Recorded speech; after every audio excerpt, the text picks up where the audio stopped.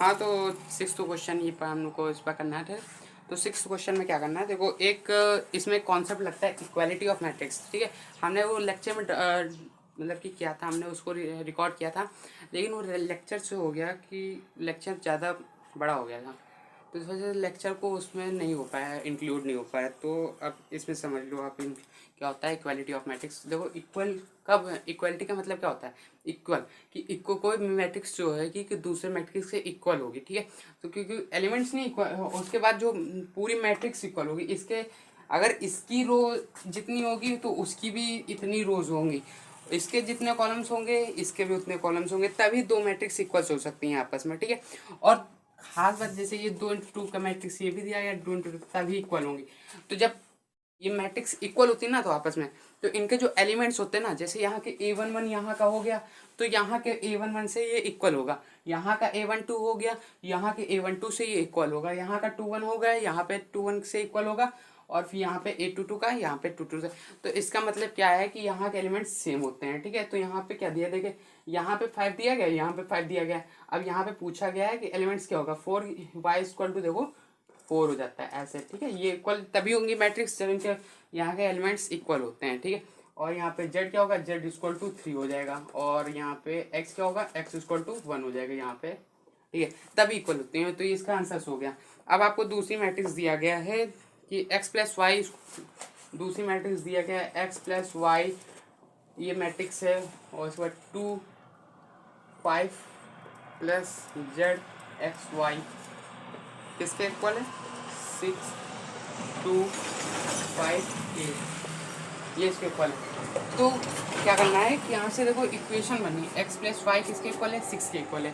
तो यहाँ पे x+y=6 हो गया। तो यहाँ पे क्या है, 5 + x = 5 + z है, 5 + z = 5। ठीक है, और x × y = आपका 8 है। ये देखो x+y = 8 है, x+y 8, 5 + z 5, x+y 6।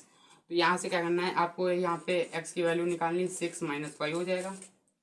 ठीक है, उसके बाद यहाँ से देखिए, यहाँ पे x की वैल्यू पुट करिए, 6 - y, यहाँ पे ब्रैकेट में हुआ y = 8। तो यहाँ पे क्वाड्रेटिक इक्वेशन बननी, कैसे, से y² माइनस का 6y प्लस का 8 = 0। यहाँ से क्वाड्रेटिक इक्वेशन इसको सॉल्व करना पड़ेगा। देखिए यहाँ पे सॉल्व करने के लिए आपको क्या करना पड़ेगा, इसका फैक्टर करना पड़ेगा, तो इससे आंसर तब निकलेगा आपका मैट्रिक्स का। और फिर उसके बाद यहाँ पे देखिए z = 0 निकल ही रहा है, क्योंकि 5 को इधर भेज दो -5 में चला जाएगा।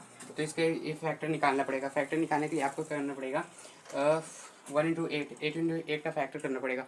8 का फैक्टर करोगे आप 2 × 4, 2 × 4, हाँ 4, y² प्लस 2y माइनस का 4y प्लस का 8, ये फैक्टर आपके हो गए। ठीक है, अब इस फैक्टर से आपको y की वैल्यू, 2 वैल्यू निकलेंगी, और यहाँ पे 2 वैल्यू निकलेंगी यहाँ। ठीक है, 2 वैल्यू निकले, 1 वैल्यू निकले, तो आप उससे कर लेना। अब 7 क्वेश्चन भी यही दिया गया है, find the value of A B C D from the equation. देखिए 7 थ्रो का आंसर ऐसे निकलेगा। जो इक्वलिटी मैट्रिक्स आपको बता दिया कि चाहे आपका 3 का मैट्रिक्स हो, 3 × 3 का मैट्रिक्स हो, 4 × 4 का मैट्रिक्स हो, तो उसका जो A11 एलिमेंट्स है ना, तो दूसरे वाले के A11 से ही इक्वल होगा। उसका 4 है तो इसका भी 5 ही हो, मतलब 4 ही होगा, और उसका भी A21 अगर 2 है तो पहली वाली मैट्रिक्स का भी A21 2 ही होगा। ठीक है, ऐसा इक्वल होता है, जो एलिमेंट्स होते हैं ना वो इक्वल होते हैं। अब आपको क्या करना है, फाइंड द वैल्यू ऑफ, ये हो गया। अब आपको 8th क्वेश्चन में कहा गया है कि आपका जो 8th क्वेश्चन है, A = Aij m × n, ये स्क्वायर मैट्रिक्स कब होगा। ठीक है, स्क्वायर मैट्रिक्स कब होगा, तो स्क्वायर मैट्रिक्स हमने बताया था पहले लेक्चर 2 में कि स्क्वायर मैट्रिक्स तब होता है जब इसके m = n होता है, मतलब कि जब रोज और कॉलम्स इक्वल हो। अगर 2 रो हैं 2 कॉलम है तो वो स्क्वायर मैट्रिक्स है, अगर 3 रोज हैं 3 कॉलम है तो वो स्क्वायर मैट्रिक्स है। तो ये m = n तब होगा जब, मतलब square matrix m × n square matrix तब होगा जब m = n होगा। ठीक है, ये आपका हो गया। अब आपको करना है कि which of the following of the in 9th question है पेयर ऑफ मैट्रिक्स इक्वल, ठीक है। तो आपको ये करना है 9th question, find the which of the value given.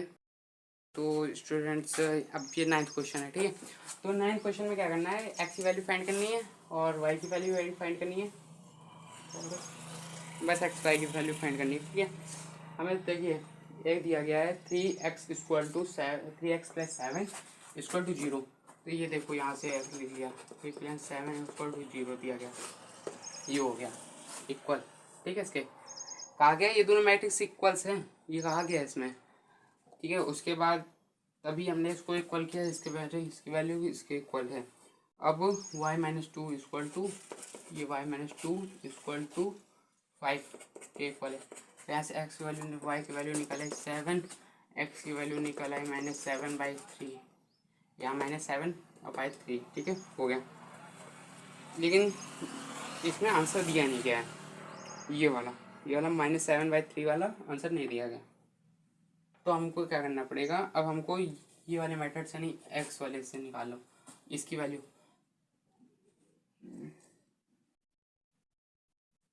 2 minus 3x equal to 4, यहाँ से इधर गया माइनस, नहीं इधर आया, हाँ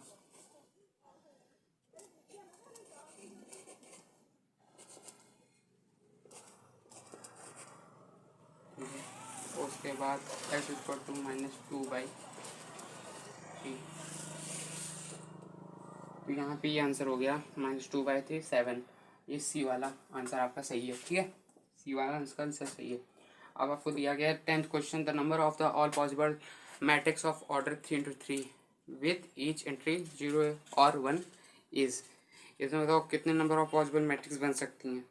तो इसकी जो पॉसिबल मैट्रिक्स बन सकती हैं वो 512 बनेंगी, ठीक है। अब यहाँ पे आपका वीडियो लेक्चर होता है समाप्त। अब